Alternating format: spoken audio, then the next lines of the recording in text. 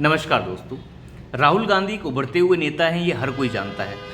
और कांग्रेस पार्टी तो राहुल गांधी को बखूबी तौर पर, चाहे वो 2009 की बात हो, 2014 की बात हो, 2019 की बात हो, हमेशा ही रीलॉन्च करने की कोशिश करती है और अपना पूरा योगदान देती है कि राहुल गांधी को उभारा जा सके। लेकिन राहुल गांधी हमेशा ही राजनीतिक प्रतिस्पर्धा में पीछे रह जाते हैं। इसकी वजह क्या है? इसकी वजह मुझे लगता है राहुल गांधी खुद हैं। राहुल गांधी की खुद की कमियां हैं कि वो हमेशा ही पीछे रह जाते हैं। चाहे वो भारत जोड़ो यात्रा हो, चाहे वो किसी भी तरीके का और राहुल गांधी का राजनीतिक कार्यक्रम हो, राहुल गांधी कुछ ऐसा काम कर देते हैं जिसकी वजह से वो राजनीतिक प्रतिस्पर्धा में पीछे रह जाते हैं।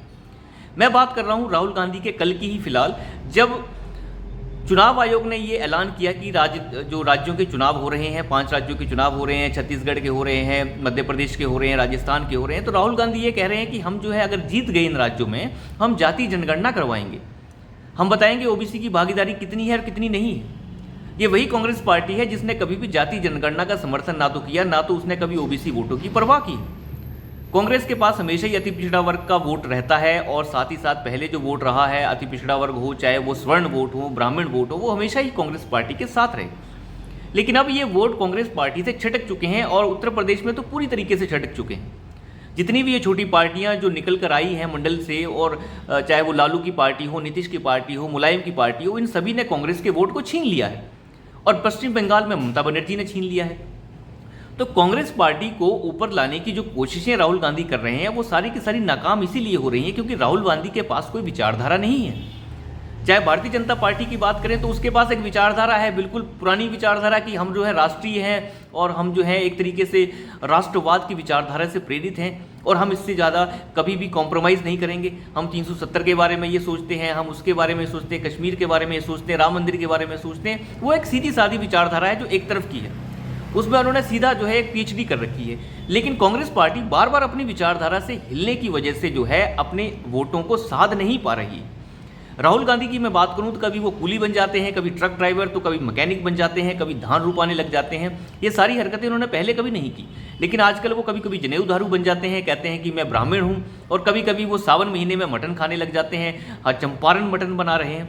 ऐसी सभी चीज़ों की वजह से राहुल गांधी की जो विश्वसनीयता है वो और गिर रही, और वो बीते वक्त के साथ और गिरती जाएगी अगर वो इसी तरीके से हरकतें करते रहे। वो ये बिल्कुल वैसा ही है जैसे आपने सूट पैंट पहन के उसके ऊपर जनेऊ धारण कर लिया हो। ये इस तरीके की बातें जो है राहुल गांधी को ऊपर लाने के बजाय और नीचे ले जा रही हैं। राहुल गांधी की इस तरीके की हरकतें, जो ये कहना कि हम जाति जनगणना करवाएंगे, अगर हम चुनावों में जीत जाते हैं तो हम जाति जनगणना करवाएंगे, ये बातें आगे ले जा रही हैं कि पीछे ले जा रही हैं। अब आपने अंबानी का नाम लेना छोड़ दिया है, अब आपने जो है ओबीसी का मुद्दा उठा लिया और जाति जनगणना का मुद्दा उठा लिया है। ये मुद्दा तो बहुत ही घातक मुद्दा है कांग्रेस के लिए।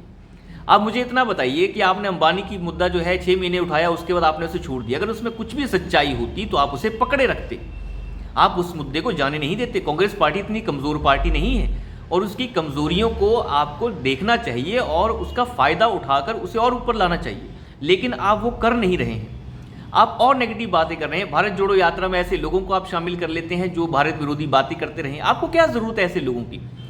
ढेर सारे लोग हैं जो कांग्रेस पार्टी का साथ देंगे, बिल्कुल देंगे, अगर आप जो है एक बिल्कुल सटीक विचारधारा के साथ आगे बढ़ते हैं। आप भी राष्ट्रवाद की विचारधारा रखिए, आप सबके वोट लीजिए, मुस्लिम के भी लीजिए, हिंदू के भी लीजिए, सबके लीजिए। लेकिन आप जो है एक अजीब सी राजनीति कर रहे हैं जो किसी तरफ भी नहीं जाती। जिस जाति जनगणना की कोशिश आप कर रहे हैं वो जाति जनगणना कांग्रेस पार्टी को और पिछड़े कितना धकेल देगी उसका अंदाजा भी राहुल गांधी को नहीं है। जिन पार्टियों ने राहुल गांधी की कांग्रेस पार्टी को पीछे धकेल दिया, आज आप उन्हीं के साथ खड़े हो गए। आप ममता बनर्जी के साथ खड़े हो गए, आप अखिलेश यादव के साथ खड़े हो गए, आप लालू यादव के साथ खड़े हो गए। ऐसे कैसे चलेगा? आपको अपनी विचारधारा के साथ आगे चलना चाहिए और कांग्रेस पार्टी को आगे ले जाना चाहिए। आपको इस तरीके की बातें नहीं करनी चाहिए। अगर आप ऐसे ही बातें करते रहे तो आप जो है इस भारतीय जनता पार्टी का मुकाबला कैसे करेंगे? मोदी ने तो साफ कह रखा है कि मैं भ्रष्टाचारियों को अंदर डाल दूंगा चाहे कुछ भी हो। अब आप कहते हैं कि नहीं, ये पॉलिटिकल वेंडेटा है, ये राजनीति से प्रेरित है। कोर्ट में जाएगा, पता चल जाएगा राजनीति से प्रेरित है कि नहीं, फिर आप कहेंगे कोर्ट भी बिक गए हैं। देखिए, इस तरीके की विचारधारा और बातें आपके जो विश्वसनीयता है आपकी उसे और गिराती हैं और इस तरीके की बातों से आप आगे नहीं, हमेशा पीछे ही जाएंगे। कोई सनातन धर्म की बेइज्जती कर रहा है, कोई उसे कीड़ा मकोड़ा और पता नहीं बीमारियों से ग्रस्त बता रहा है और आप उसके खिलाफ कुछ बोल नहीं पा रहे हैं। ये मानसिकता जो है बिल्कुल ही गंदी मानसिकता है, इससे आप आगे नहीं बढ़ सकते।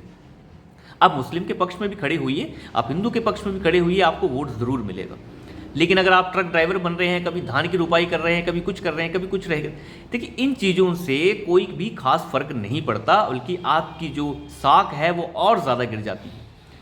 धरातल पर जाना, लोगों से बात करना बुरी बात नहीं है, लेकिन ये कभी कभी करना और खुद को ब्राह्मण बताना, जनेऊधारी बताना और उसके बाद सावन के महीने में मटन का मजा लेना, देखिए ये परसेप्शन की लड़ाई होती है। राजनीति जो है वो पूरी की तरह परसेप्शन की लड़ाई है, जहां बिना परसेप्शन के कुछ नहीं होता। तो परसेप्शन अगर गलत बन जाएगा तो उस परसेप्शन का रिजल्ट बड़ा ही खतरनाक हो सकता है, और राहुल गांधी ये कभी नहीं समझ पाते। मुझे नहीं लगता उनके सलाहकार कैसे हैं, कौन है उनके सलाहकार जो उन्हें ऐसी सलाह देते हैं कि आप ट्रक ड्राइवरों के बीच में जाइए, ट्रक ड्राइवर बन जाइए। आप बनिए, बिल्कुल बनिए, लेकिन उस विचारधारा पे सटीक तो रहिए। आप बदलते क्यों हैं खुद को? कभी आप जो है जनेऊधारी कश्मीरी पंडित बन जाते हैं, उसके बाद आप ये कहते हैं कि मैं मटन भी खा रहा हूँ, मटन का स्वाद ले रहा हूँ। आपकी बहन मटन खाती है, फिर कहती है मैं प्याज लहसुन नहीं खाती, हम कश्मीरी ब्राह्मण हैं। देखिए ये सारी की सारी चीज़ें कांग्रेस को बैकवर्ड की तरफ ले जा रही हैं। आप कहते हैं जाति जनगणना करवाएंगे, हम ओबीसी की बात करेंगे, जो कांग्रेस की कभी लाइन रही ही नहीं है। कांग्रेस का हमेशा ही अति पिछड़ा वर्ग, चाहे वो स्वर्ण वर्ग, सभी वर्ग कांग्रेस के साथ रहे हैं, लेकिन वो सब छिटक चुके हैं। और इसकी छिटकने की वजह यही है कि कांग्रेस की अपने कोई नेताओं की विचारधारा है ही नहीं। तो उस विचारधारा को मेंटेन करना होगा। ऐसी अनाप शनाप बातें करके और ये कहना कि कांग्रेस पार्टी राजस्थान से जा रही है, उन्हें यही नहीं पता है कि कांग्रेस पार्टी की सरकार राजस्थान में है। तो ये बिल्कुल बचकाना है, और बगल में बैठे हुए राहुल गांधी के जो नेता होते हैं वो भी थोड़े से शर्मसार हो जाते हैं और उन्हें अंदर से ही वो टूट जाते हैं। तो फिर कैसे लड़ा जाएगा? तो मुझे लगता है अगर राहुल गांधी के सलाहकार इन चीज़ों पे ध्यान दें, और राहुल गांधी खुद समझदार हैं, सलाहकारों की आवश्यकता ही नहीं। इतनी बड़ी पार्टी है, इतना बड़ा जनाधार भी है, और साथ ही साथ जो है इतना बड़ा कैडर भी है, उस कैडर का उपयोग नहीं हो पा रहा है। तो अभी के लिए इतना ही, धन्यवाद।